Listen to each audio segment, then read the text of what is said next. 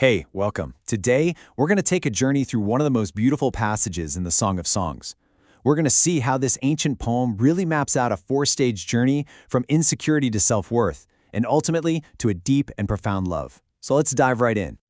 Our journey kicks off with this statement of, well, profound insecurity. The main character here sees herself as just a common wildflower, a lily of the valleys. Now, this isn't her bragging. It's really a confession. She's saying she feels ordinary, overlooked, and like she comes from a low, kind of dark place. But right away, her whole perspective gets challenged. You see, while she sees herself as this common, forgettable flower, the king, he sees something totally different. He sees a miracle, something extraordinary. He doesn't just see a lily in a valley, he sees a lily thriving among thorns. And that contrast, that tension is what drives this entire story. So, here's the roadmap for our journey. We're going to break this down into 4 parts. First, we'll figure out what it means to be a lily among thorns. Then, we're going to find the satisfying apple tree. After that, we'll step into the banquet hall of love. And finally, we'll learn why it's so important to protect a love not disturbed. All right, let's jump into our first stop, a lily among thorns. This is all about discovering your true worth, but through someone else's eyes. So let's really dig into what she's saying about herself. When she calls herself a lily of the valleys, she's basically saying, look, I'm not from the king's fancy special garden. I'm from the low places, I'm wild, I'm uncultivated, and you know what? I'm just insignificant. It's such a powerful picture of feeling unworthy. Now, to really get what the king says next, we have to talk about these thorns. In the biblical story, thorns pop up right after the fall in Genesis. They represent the curse, a symbol of a broken world, of hardship, sin, and suffering. They're kind of the backdrop to our reality. And here is where it gets so powerful. The king doesn't pretend the thorns aren't there. He doesn't deny the brokenness. Instead, he gently corrects her view. He says, you're not just some lily in a forgotten valley. You are a lily that miraculously grows among the thorns. Your beauty is right here, in the middle of all this mess. He's essentially saying to her, in a world that should only produce thorns and weeds, your very existence, your love, your faith, your beauty, that's a miracle. He completely flips her identity on its head, from something common to something truly extraordinary. Okay, that brings us to our second stage, the satisfying apple tree. This is where we see how her new sense of worth leads her to a totally unique source of fulfillment. Now that she sees herself as a miracle, she starts to look at the world differently. She sees all the other trees of the forest, right? And these symbolize all the things that are constantly competing for our attention. You know, the usual suspects: wealth, fame, power, pride. They look tall and impressive, but deep down, they just can't satisfy. But then, among all those other trees, she spots one that's completely different: the apple tree. This tree represents something singular, a unique source of real satisfaction and spiritual fullness. Unlike all the other temptations out there, this is the one thing that can truly satisfy the soul. So how does she actually find this satisfaction? Well, the text gives us this beautiful, simple 3-step guide. First, she chooses to just sit in his presence, to stop rushing.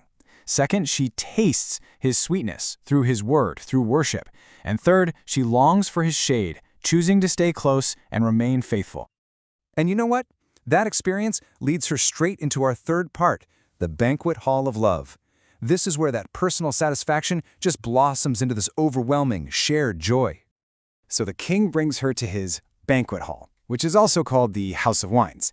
And this isn't just any room, it's a place of celebration, a symbol of the, well, intoxicating joy of being in his presence. It's like a little taste of heaven right here on earth. And it's right here, in this incredible place, that she says something that changes everything. She declares, his banner over me is love. Now back then, a banner was like an army's flag. It declared who you were and who you belonged to. And what she's saying is, my whole identity has changed. Think about it like this. Her old flag, her old banner, was works. Her identity was worker, her status was slave, and her motivation was just obligation. But now, under this brand new banner of love, her identity is lover, her status is beloved, and her motivation, it's intimacy. It's a total shift. And this is the bottom line, right? Our primary calling isn't to be a worker for God, but a lover of God. The relationship itself, the love, that's the foundation. It's not about the tasks we do, The love is what gives meaning to everything else. This whole experience is so overwhelming, she actually says she's faint with love. But this isn't a bad thing. It's this deep lovesickness, an intense longing for more of him. And so she prays to be sustained by apples, that's the satisfaction she found earlier, and raisins, which symbolize the refreshing wine of the Spirit. All right, we're at our final and maybe most important stage, a love not disturbed. This is all about realizing you have to protect this sacred experience once you've found it. And her prayer is answered. She gets exactly what she asked for. She feels completely safe, totally supported. She describes his left hand being under her head and his right hand embracing her. She's found it, complete security in the arms of her beloved. But then, from this place of total peace, she turns and gives a warning. She speaks to the daughters of Jerusalem. Now, they represent people who might not get this experience. You know, those who are quick to judge or who think external works are more important than this kind of deep, intimate relationship. And the warning she gives is a big deal. It's repeated 3 times in the Song of Songs. And when something gets repeated 3 times in this kind of literature, it's like a giant flashing neon sign. It means, listen up, this is really, really important. And this is her charge. She says, "Promise me that you will not stir up nor awaken love until it pleases." In other words, she's saying, don't mess with this. Don't ruin the sacred moment with criticism or with pressure to do more or with a bunch of religious obligations. Let this love grow in its own time. Wow. From feeling like a common flower to being completely secure in a love that has to be protected, it's just a remarkable journey. And it leaves us with one last thing to think about.